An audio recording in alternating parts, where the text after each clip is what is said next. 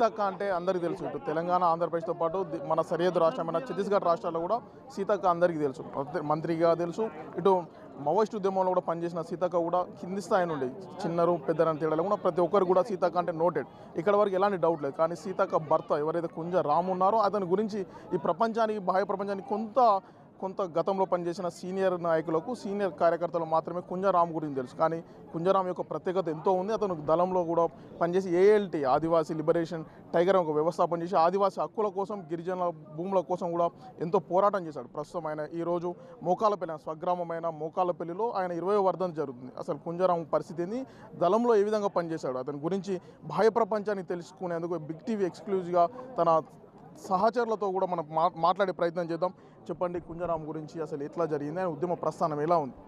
నా పేరు ముంజాల భిక్షపతి గౌడు, పూర్వ PDSU విద్యాసంఘ ములుగు జిల్లా అధ్యక్షుల్ని. నేను వాస్తవం చెప్పానంటే చదువుకునే రోజుల్లో 8వ తరగతిలోనే రామన్న చేస్తున్న ఉద్యమ సాయుధ పోరాటానికి ఆకర్షితులై మా ప్రాంతానికి తిరుపతి ద్రౌపది, పత్రి సాంబయ్య, మన రాజన్న, సాంబన్న వీళ్ళ అంత ఆధ్వర్యాలు మేము అంటే ఇప్పుడు భాగ్యకౌడు ఉండేది మా ప్రాంతంలో. అంటే మేము అప్పుడు దళకాడ అంటే ప్రజాసంఘ నాయకులు విద్యార్థి విద్యలో పనిచేసి చదువుకునే స్టేజ్లో రామరణ పక్క పైన కూడా సీతక్క నా గురువు, అంటే సీతక్క, రామన్న వీళ్ళంతా మేము PDSU అప్పుడు చిన్నపిల్లలు అప్పుడు 8వ తరగతి చదువుకునే టైంలో వీళ్ళు ఉద్యోగంలో పనిచేసినాం. సంతోష్ ఇప్పుడు సాక్షి విలేకరి చేస్తున్నాడు, మౌలానా, గుడూరు మైపాల్, కొండ రాజన్న వీళ్ళంతా మాకు సంబంధాలు. మాకు మేము బయట సందర్భంలో వీళ్ళు మాకు సహకరించేవాళ్ళు. అంటే మేము ప్రజాసంఘం అనుబంధ సంఘంగా PDSUలో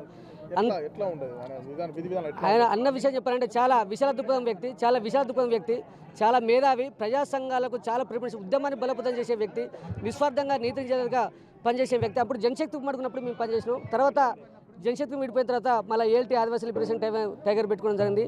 ఆదివాసుల సంప్రదాయం కోసం, ఆదివాసుల ప్రత్యేక రాష్ట్రం కోసం ఉద్యమం చేసిన మానవతర వ్యక్తి.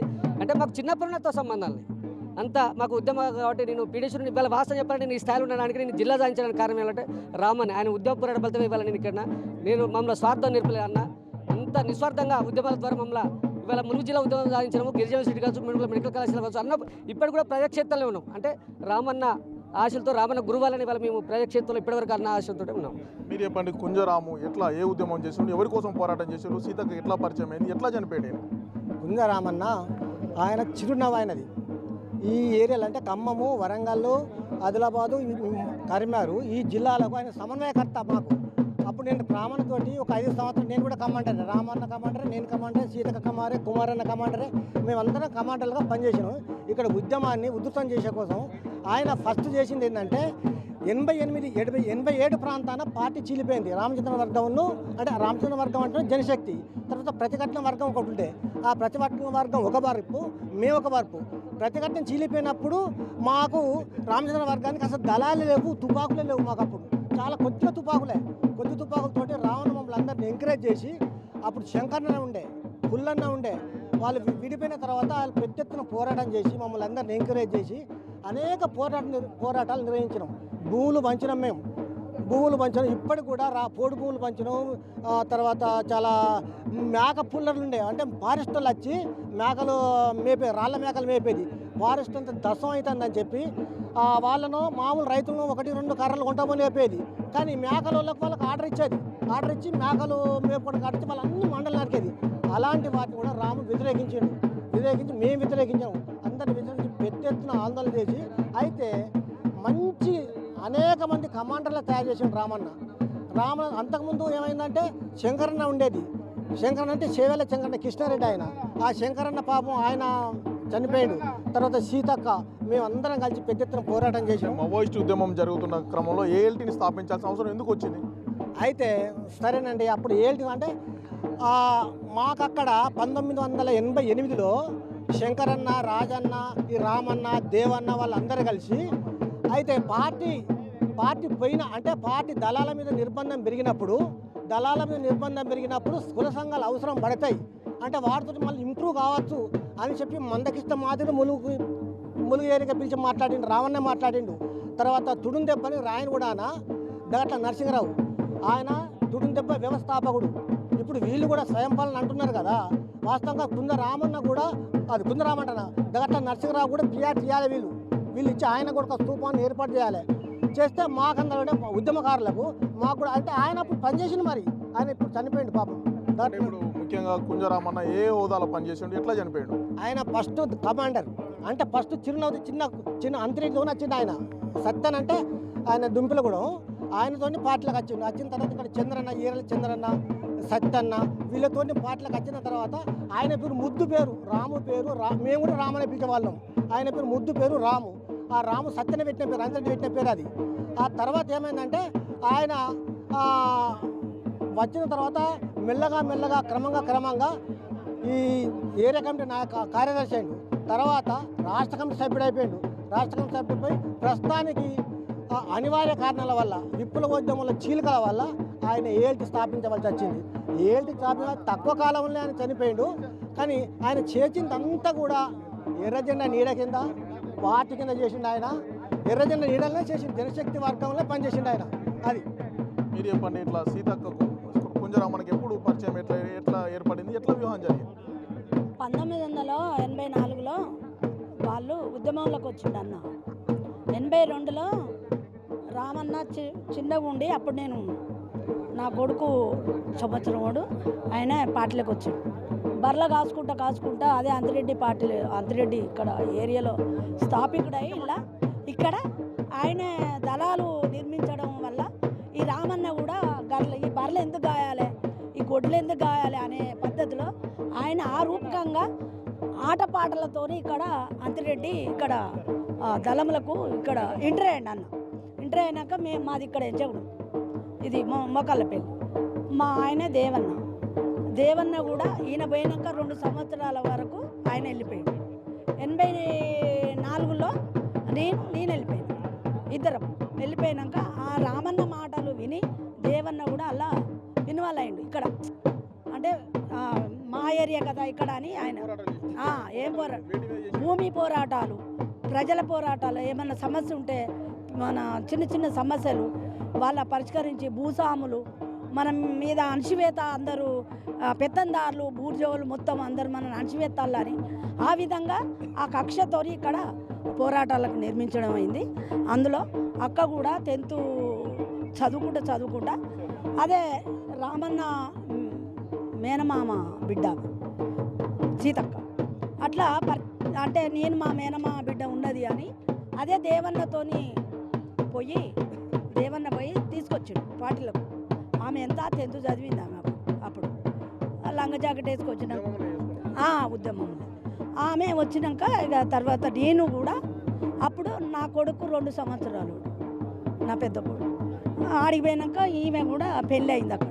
సీతక్క కూడా రామన్నకు ఆడ ఉద్యమంలో పెళ్ళి అయినాక మళ్ళీ ఇందులో ఆమె కూడా 2 సంవత్సరాలకు ఈ సూరి కడుపులో పడి అనేకంగా ఒత్తిడిలు, పోలీసు వాళ్ళు మొత్తం ఎక్కడున్నారు ఏం కాదా అనేది మొత్తం వాళ్ళు ఎంక్వైరీ చేస్తే ఆమె ఒక నెల ముందు, నేను ఒక నెల ముందు ప్రెగ్నెంట్, ఆమె ఒక నెల ముందు తేడాతో మేము దళంలో 7 నెలల కడపేసుకొని మేము అడవిలో తిరిగినాం కూడా. ఎడ్లబోడు ప్రాంతంలో అందరు పోలీసు వాళ్ళు మొత్తం అడ్డ వేసి వీళ్ళని దొరికించుకోవాలరా, అసలు వాస్తవంగా వీళ్ళిద్దరు ప్రెగ్నెంట్తో ఉన్నారు, మనం ఎట్లయినా వీళ్ళను దొరకబట్టాలి వీళ్ళని అనేది ప్రభుత్వాలు కెచ్చి వేసుకున్నా కూడా వాటికి ఏం ఎలాంటి స్పందన లేకుండా కూడా మొత్తం పోరాటం చేసి వాళ్ళందరినీ ఎండగట్టి మేము పిల్లల్ని అడవిల్నే ప్రశ్నించి పిల్లల్ని తీసుకొని వచ్చేసి. మీరు చెప్పండి, ఎట్లా కుంజరామన్న ఉద్యమ ప్రస్థానం ఎట్లా జరిగింది, ఆయన ఆశయాలు దేనికోసం అంకితం చేశాడు, ఎట్లా చనిపోయింది? తను భూమి విముక్తి కోసం జరిగిన పోరాటంలో మొదటితరం నాయకులతో చిన్న అబ్బాయి నుంచి పనిచేశాడు. నాకు 84లో పరిచయం, నేను చిన్న అబ్బాయినే, 5th క్లాస్ ఏమో చదువుతున్నాను. అప్పుడు అంతిరెడ్డి అని చెప్పి మా ములు ప్రాంతంలో పనిచేశాడు. ఆయనతో సహచరంగా ఈయనతో పాటు ప్రసాద్ అన్న ఉండే, రెండేళ్ల మోహన్ రెడ్డి, వీళ్ళు కలిసి పని చేస్తున్నప్పుడు నేను ఎప్పుడు దళం దగ్గరికి పోయి వచ్చేవాడిని. మా జంగాలపల్లి పక్కనే గుట్ట ఉండేది, కంకశలమైన ఒక అడ్డు ఉండేది. ఎప్పుడు వచ్చినా 15 రోజులు, నెల రోజులు అడ్డా ఉండేది. అక్కడ 2-3 నెలలకు ఒకసారి ఖచ్చితంగా వచ్చేవాళ్ళు. ప్రధాన సమస్య ఏమి ఏర్పడింది అంటే అక్కడ మేకల పుల్లరి కట్టాలని చెప్పి ఫారెస్ట్ అధికారులు ఆగడాలు ఆగేది లేదు. వాటిని అడ్డుకట్ట వేయడంలో మోడీతరం నాయకులతో పాటు ఈయనే పరిష్కారాన్ని వెతికిన వ్యక్తి. ఆ మేకల పుల్లరి అయిపోయిన తర్వాత అక్కడ ఉన్నటువంటి అసైన్మెంట్ భూములు ఏదైతే భూ బదలాయింపు ఆర్డినెన్స్ వచ్చిందో పివి నరసింహారావు హయాంలో వాటిని పూర్తిగా అమలు చేయాలని చెప్పి పోడు భూముల పేరు మీద కానీ రెవెన్యూ భూముల పంపకాల్లో కానీ అగ్రమానికి పాత్ర పోషించింది రామన్న. ఆ పోరాటాలు అయిపోయిన తర్వాత ఏదైతే దున్నేవాడికే భూమి ప్రజాస్వామిక విప్లవం వర్ధిల్లాలన్నారో, లెనిన్ ఏ మాట అయితే చెప్పిండో, ఏ నినాదం వెనుక ఎవరి ప్రయోజనం ఉందో, ఏ పోరాటం ఎవరికి ప్రయోజనం ఉందో పరిశీలనంత కాలం మన యొక్క త్యాగాలకు విలువ ఉండదని చెప్తాడు. దాన్ని పరిశీలించినటువంటి రామన్న, అన్నతో పాటు ఉండే వీరన్న, మారోజు వీరన్న, వీళ్ళిద్దరు చాలా ఆలోచన చేసి ఈ భారతదేశంలో వర్గం ఒకటే లేదు, కులం అనేది కూడా ఉంది. మరి ఈ ఆదివాసీ ప్రాంతాల్లో అన్ని విప్లవ పార్టీలు రక్షణ కోరుకుంటున్నాయి తప్ప మన కోసం పనిచేయట్లే. ఏదైతే 1995 మే 5 నాడు అరుంధతి మహాసభ పెట్టి మంద జగన్నాథం ఏర్పాటు చేసిండో, ఆ తర్వాత ఎంఆర్పిఎస్ వచ్చిందో మందకృష్ణ ఆధ్వర్యంలో జూలై 7 నాడు 94లో, ఆ నిర్మాణానికి పూర్తి నాయకత్వం వహిస్తూ ఇద్దరు ఫారెస్ట్ నుంచి రామన్న, బయట నుంచి వీరన్న నాయకత్వం వహిస్తూ ఆ ఎంఆర్పిఎస్ను 3-4 సంవత్సరాలు కొనసాగిన తర్వాత, కనీసం 2 సంవత్సరాల అయిన తర్వాత 96లో తుడుందెబ్బ నిర్మాణం జరగాల్సిన అవసరం వచ్చింది. తను చనిపోవడానికి కారణం ఏఎల్టీ పేరు మీద. అంటే సిపిఎస్ఐ అంతకుముందు జనశక్తి సిపిఐఎంఎల్ పార్టీ, కానీ ఉమ్మడి పార్టీ నుంచి ఉన్నాడు. ఎంఎల్ పార్టీ తర్వాత జనశక్తి నుంచి సిపిఎస్ఐ పార్టీకి వచ్చాడు. సిపిఎస్ఐ పార్టీలో వీరన్న తర్వాత రాష్ట్ర కార్యదర్శి సిద్ధార్థ పేరు మీద రామన్నే పనిచేసిండు. ఆ తర్వాత ఏమైంది, ఎస్టాబ్లిషన్ కార్యక్రమం మీద భౌతిక పరిసరాల అవగాహన లేనటువంటి ప్రాంతమైన తూర్పుగోదావరి, పశ్చిమ గోదావరి జిల్లాకు పంపించడం వల్ల అక్కడ ఆ భౌగోళిక పరిస్థితి తెలక తను అరెస్ట్ అవుతాడు. అరెస్ట్ అయిన తర్వాత కొద్ది కాలం ఉన్న తర్వాత ఏఎల్టీ ఉద్యమం ఎందుకు అవసరం వచ్చిందని చెప్పి ఎల్టీటీ ఉద్యమ నిర్మాణాన్ని పరిశీలించుకున్నటువంటి రామన్న, వీరన్న ఆలోచన విధానాన్ని కొనసాగింపు చేయాలని చెప్పి అతను మళ్ళీ ఏఎల్టీ ఆదివాసీ లిబరేషన్ టైగర్ పెట్టాడు. ఈ ఆదివాసీ లిబరేషన్ టైగర్ పెట్టడానికి కారణం ఏంటిది, ఒడిశా, ఛత్తీస్గఢ్ ప్రాంతంలో ఉన్న ఖనిజ సంపదనంతా పాలక వర్గాలు పెట్టుబడిదారు వ్యవస్థ తోడిపోతుంది. ఆదివాసులకు న్యాయం జరగట్లేదు. అక్కడ జల్ జంగల్ జమీన్ పోరాటాలు జరుగుతున్న పరిస్థితి ఉన్నది. కానీ కమ్యూనిస్టులు అనే వాళ్ళు ఓన్లీ వర్గ పోరాట నిర్మాణం చూసిన తప్ప కులంలో వర్గం ఉన్నది చూడలే. కారణాలు ఏంటి అంటే దోపిడీ, పీడన, అణచివేత వరకే మాట్లాడారు కమ్యూనిస్టులంతా ఈ రోజు వరకు కూడా. కానీ అదనంగా మాట్లాడింది ఏంటిది, అసమానతలు, అవమానాలు, వివక్షత అనేది ఉన్నది. ఈ సమాజంలో ఆదివాసీ బిడ్డను కనుక ఎన్ని సంవత్సరాలు త్యాగం చేసినా దిగనివ్వలేకపోయినారు.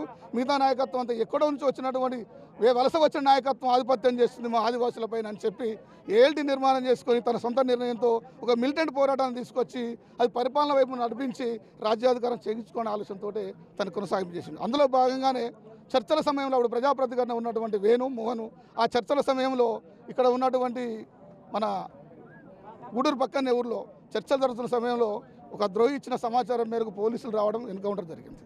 మీరు చెప్పండి, ఇలా మీ నాన్నగారు 20వ వర్ధంతి ఎంతో గిరిజనుల, ఆదివాసీ మధ్యలో ఎంతో బాధాక్త హృదయంతో కూడా జరుగుతుంది. మీ నాన్నని చాలామంది గుర్తు చేసుకుంటారు, ఆదివాసీలకు ఎంతో అండగా నిలిచడం కూడా చెప్తున్నారు. ఎట్లా అనిపిస్తుంది మీ నాన్నగారి పోరాటాన్ని మీరు ఏ విధంగా చూస్తారు? నాకు చాలా గర్వంగా ఉంది ఆయన కొడుకు పుట్టడం.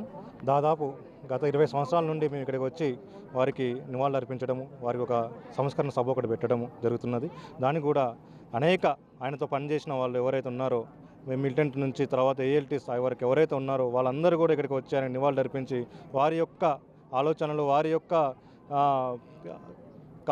వారు చేసిన పనులు ఇక్కడ అందరికీ చర్చించడం జరుగుతుంది. తర్వాత వారు ఏంటంటే ముందు తరాలకు వారి యొక్క పోరాటాలు కంపల్సరీ ముందు తరాలకు అందాలి, ఆ పోరాటాలను ముందుకు సాగించాలని చెప్పే ఉద్దేశంతో వారు కూడా వారి యొక్క స్పీచెస్ ఇవ్వడము, వారి కొంతమంది మన రాబో యువతరాన్ని వాళ్ళకి స్ఫూర్తిదాయకంగా నింపి రాబో యువతరము గన్నుతో కాదు మీరు పెన్నుతోటి ఇక్కడ యుద్ధమాన్ని సాగించాలా, ఇక్కడికి వచ్చి స్వయం పాలన మనం సాగించాలా, అందరికీ నాయకత్వ లక్షణాలు ఉండాలా అని చెప్పి ఆయన ఏదైతే కోరుకున్నారో దాన్ని మేము ముందు తీసుకెళ్లే విధంగా ఇక్కడ ప్రతి సంవత్సరం సభ ఏర్పాటు చేసుకోవడము, వారి యొక్క ఆశయాలను గుర్తు చేసుకోవడము, తద్వారా అందరూ కూడా స్ఫూర్తి పొంది మరి తప్పకుండా ఆయన యొక్క ఆశయాలు ఏవైతే ఉన్నాయో ముందు తరాలకి అందించి వారు కూడా ఈ యొక్క ఆశయ భాగంలో పాల్పంచుకోవాలనే విధంగా మేమందరం ఇక్కడ సమావేశం ఏర్పరచుకొని తప్పకుండా ముందు రాబో రోజుల్లో ఆయన ఆశయాలను మేము సాగిస్తామని చెప్పేసి సందర్భంగా నేను తెలియజేస్తున్నాను. ఎట్లా ఉంది మీ నాన్నగారికి మీకు ఉన్న అనుబంధం ఎట్లాంటిది? ముఖ్యంగా ఆయన ఏదైతే అసమానతలు, అవమానాల మీద పోరాటం చేశాడు, దీని మీద మీరు ఏ విధంగా మీరు ముందు ఫ్యూచర్లో స్టెప్ వేయదలుచుకున్నారు? తప్పకుండా మాకు కావాల్సింది ఏంటంటే స్వయం పాలన కావాలి, రాజ్యాధికారం కావాలి. ఏంటంటే మేము చూస్తున్నాము ఆదివాసులకి నిజంగా పోతే ఇక్కడ పోలీసులు లేకుంటే టీచర్ వరకే మేము పరిమితం అవుతున్నాము. దానికంటే ముందుగా ఇంకా ముందుకు వెళ్ళలేకపోతున్నాము. మేము కోరుకున్నది ఏంటంటే తప్పకుండా ఒకరు ఫైనాన్షియల్గా ఉండాలి, తర్వాత మన గలం అన్నది పార్లమెంట్లో వినిపించాలి, అసెంబ్లీలో వినిపించాలి. దానికోసమనే ఇక్కడ మేము అందరం ఇక్కడ సమావేశం ఏర్పరచుకొని వాళ్ళకి ఒక స్ఫూర్తిగా నింపాలి. తప్పకుండా మీరు అందరూ రాజకీయాలకు ఎదగాలి, తర్వాత ఇక్కడ నుంచి కొంచెం ముందుకి ఐఏఎస్లుగా ఐపీఎస్లుగా ఎవరు ఇప్పటిదాకా మా దాంట్లో ఎవరు ఐఏఎస్లు ఐపీఎస్లు లేరు. దానికో భాగంగా కూడా మేము ఫైనాన్షియల్ స్ట్రాంగ్ అయితే వాళ్ళకి ఏదో ఒకటి మేము దారి చూపించాలనే విధంగా నేను కూడా ఆయన యొక్క ఆశయాలు ఏవైతే ఉన్నాయో, స్వయం పాలన ఆశయాలు ఏవైతే ఉన్నాయో వారందరినీ అదొక స్థాయిలో వాళ్ళని నిలబెడితే తప్ప మా యొక్క ఆశయాలు ముందుకు సాగవని చెప్పేసి నేను కూడా అదే దారిలో ఏవైతే వాళ్ళు గన్తోటి వాళ్ళు ఎక్కడైతే అడవిలో పోరాడిరో నేను ఇక్కడ జనాల్లో ఉండి జనం పక్షంలో ఉండి వారి మధ్యలో ఉండి నేను వారి యొక్క బాటలు నడిచి తప్పకుండా ఇక్కడ నా ఆదివాసీ గూడాల నుంచి కూడా ఐఏఎస్లుగా ఐపీఎస్లుగా మంచి పార్లమెంట్లో అసెంబ్లీలో వాళ్ళు పోరాడాలి, అన్నింటిలో ఉండాలని చెప్పేసి నేను కూడా వారి దారిలో తప్పకుండా పయనిస్తున్నానండి. తద్వారా నేను కూడా తప్పకుండా ఈ రాబో 20 ఏళ్లలో వారు మంచి మంచి పొజిషన్లో ఉండాలా, మనకంటూ మనం పాలించుకోవాలి, మనకు ఒక అధికారం ఉండాలని చెప్పేసి నేను కూడా అదే దారిలో ఉన్నానండి. ఎవరైతే కుంజ కొమ్మాలు అలియాస్ కుంజ రాము ఉన్నాడు, ఇది గతంలో పోలీస్ ఇన్ఫార్మర్లు ఇచ్చిన సమాచారం మేరకు పోలీసులు కాల్పులో చనిపోవడం జరిగింది. ఏదైతే స్వయం పాలన కోసం రాము జీవితం కూడా అంకితం చేశాడు, తన బాటలో కూడా నేను నడుస్తానని తన కుమారుడు సూర్య చెప్తున్నాడు. తనకు ఎంతో కమిట్మెంట్తో ఆదివాసీ గిరిజనుల స్వయం పాలన కోసం, ముఖ్యంగా ఆదివాసీ లిబరేషన్ టైగర్ ఏఎల్టీ అని ఒక ప్రత్యేక సంస్థను ఏర్పాటు చేసి మావోయిస్టు ఉద్యమాన్ని వ్యతిరేకించి కూడా ఏఎల్టీ ద్వారా ఉద్యమాలు స్థాపించి గిరిజనుల హక్కుల కోసం కూడా పోరాటం చేశామని తన సహచరులు చెప్తున్న పరిస్థితి కనబడుతుంది. నా పేరు ఈసం సమ్మయ్య, కొత్తగూడ మండలం, గ్రామం దుబ్బగూడెం. కామ్రేడు రామన్న ఆయన చిన్నతనంలో 1974-75లో పార్టీలో అంతురెడ్డి సత్యన్న వారు ఈ సెర్లో ఈ పరిధిలో వచ్చినప్పుడు వారికి దగ్గరయ్యి ఆ పశువులు కాస్తున్న టైంలో అంతురెడ్డికి దగ్గరే అక్కడ తిరుగుతూ ఆ ప్రాంతంలో ఎక్కడికైనా కానీ కోరియర్గా పనిచేసేవాడు. అయితే మళ్ళీ తర్వాత 1900 పానిబాక్సి జనశక్తి 2 డివైడ్ అయినప్పుడు సన్నపుల్లారెడ్డి వర్గంలో వచ్చి అంతురెడ్డి నాయకత్వంలో పనిచేస్తూ ఈ చుట్టుపక్కల ప్రాంతంలో తిరుగుతూ భూమి గురించి, ముక్తి గురించి పోరాటంలో భాగస్వామి అయిన అనేక పోరాటాలు ఆయన తిరిగిండు. అయితే ముఖ్యంగా కారణం ఏంటంటే ఆయన పార్టీలో పోవడానికి కూడా కారణం ఏంటంటే నేను ఏదెట్టున్నా కానీ నా బతికే జీవనం ఈ ఆదివాసులకు ఏదో న్యాయం చేయాలన్న ఆలోచనతో నేను పార్టీలో తిరిగినా అనే ఆలోచనతో అని చెప్పిండు. అయితే లాస్ట్ వరకు నాకు బావ కావాలి ఈ రాము. ఆయన ఏమంటే బావ ఎట్లా నువ్వు పార్టీలో పోయినామంటే ఈ రకాన్ని నేను అలా పోయిన తర్వాత ఆయన ఈ దళనాయకుని చేస్తూ అన్ని దళాలకు సమన్వయ కమిటీ, అంటే అన్ని దళాల సమన్వయ కమిటీ దళనాయకునిగా తిరుగుతూ బాధ్యతలు తిరుగుతూ అక్కడ రాష్ట్ర కమిటీకి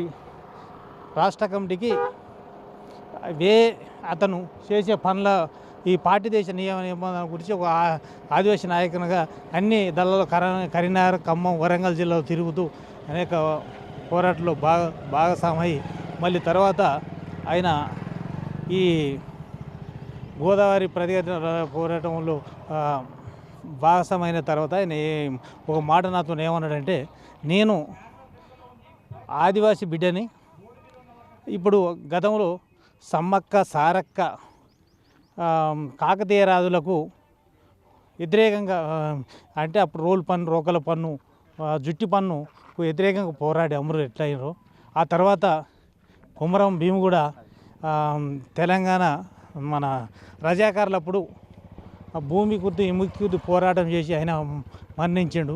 ఇప్పుడు ఈ పోరాటాలు నాకు కొద్దిగా మంచిగా అనిపించలేదు. నేను ఆదివాసీ ఉద్యమం చేయాలి, దీని గురించి మీ ఆలోచన ఏంది, మీరు కూడా నాతో కలిసి రావాలంటే నీ ఉద్యమం బాగుంటే మేము కూడా కలిసి వస్తాం అని వారితో చెప్పినప్పుడు ఆయన ఏమన్నారంటే, ఏది ఎట్టున్నా కానీ నేను ఆదివాసులకు ప్రత్యేక పోరాటం చేసి నేను ఒక గుర్తింపు తెచ్చుకోవాలనే ఆలోచనతో ఆయన ఏఎల్టీ